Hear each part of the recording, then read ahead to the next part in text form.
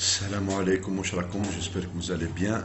Là, je suis un peu fatigué, je viens juste d'arriver à Paris, donc je suis vraiment claqué, c'est plus fort que moi. Mais il y a une personne qui m'a demandé, qui m'a posé une question, donc j'aimerais bien de répondre à cette question, parce qu'apparemment c'est très urgent, mais il n'y a pas de problème. Malgré que je suis fatigué, je suis là, je vais faire de mon mieux, Inch'Allah. Aujourd'hui, je vais essayer de vous parler un peu sur la loi et la différence entre entre la différence entre le statut du droit commun et du droit local. Donc, avant de parler sur ça, avant d'expliquer, avant de dire quoi que ce soit, ce que je voulais vous dire, que à la date de l'indépendance de l'Algérie, le 5 juillet 1962, tout, je dis bien tous les Algériens, avaient la nationalité française. Tous les Algériens étaient des Français sans exception, suite à la loi du 7 mars 1945. Ainsi que tous les Algériens, ainsi que tous les Algériens bénéficient de la légalité électorale suite à la loi aussi, la loi du 5 février 1958. Voilà. Mais cependant, malgré que les Algériens ont été considérés comme des Français, rien n'empêche que leur statut juridique était différent. Donc, il y avait un statut du droit local, il y avait un deuxième statut du droit commun. Mais il faut savoir aussi que la plupart de la population algérienne garde le statut de droit local. Il y a 20% des Algériens qui avaient le statut de droit commun. Donc, commençons par le statut de droit local. Le statut de droit local. Donc, le statut du droit local, toutes les personnes ayant des papiers sur lesquels c'est mentionné que votre ascendant, il a une mention entre parenthèses que c'est un Français musulman.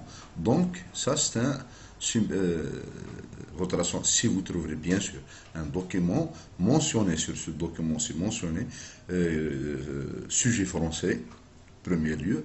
Deuxième lieu, un Français musulman. Troisième lieu, un Français indigène. Ces gens-là bénéficient du statut de droit local. Donc, les autres bénéficient du droit commun. Pas tous les autres, bien sûr, les personnes qui disposent d'un décret de naturalisation suite à la loi du 14 juillet 1865 ou bien d'un jugement attribué par le tribunal, par le tribunal d'instance de lieu de résidence suite à la loi du 4 février 1919. Voilà. Donc maintenant, cependant, pour revendiquer la nationalité française, il faut tout d'abord savoir si l'un de vos ascendants bénéficie du droit local ou du droit commun. Donc pour prouver cette situation, il faut chercher, il faut faire une recherche pour savoir si votre père ou bien votre ascendant, soit votre arrière-grand-père, soit votre père,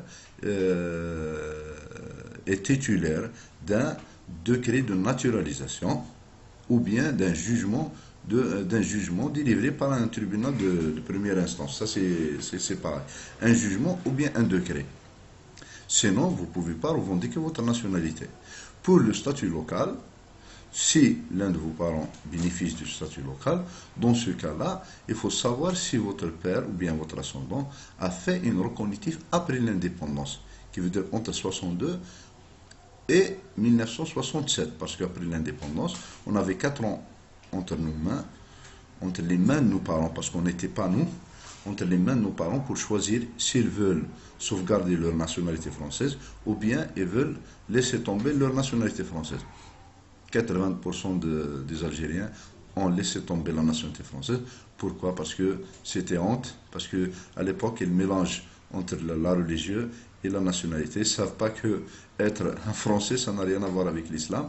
Pour eux, nos parents, si vous choisissez de sauvegarder votre nationalité, qui veut dire vous êtes un kafir pour eux. Pour eux, c'est plus fort qu'eux, parce qu'à l'époque, c'est ça. Il n'y avait rien à part ça. Donc, on a des indices comme ça. على لا ناسيوناليتي فرونسيز. دوك انا نولي نعاود نشرحها لكم بالعربيه ونعاودها لكم من الاول بالتدريج باش تقدروا تفهموا شويه. بون فرنسا كي دخلت الجزائر، فرنسا كي دخلت الجزائر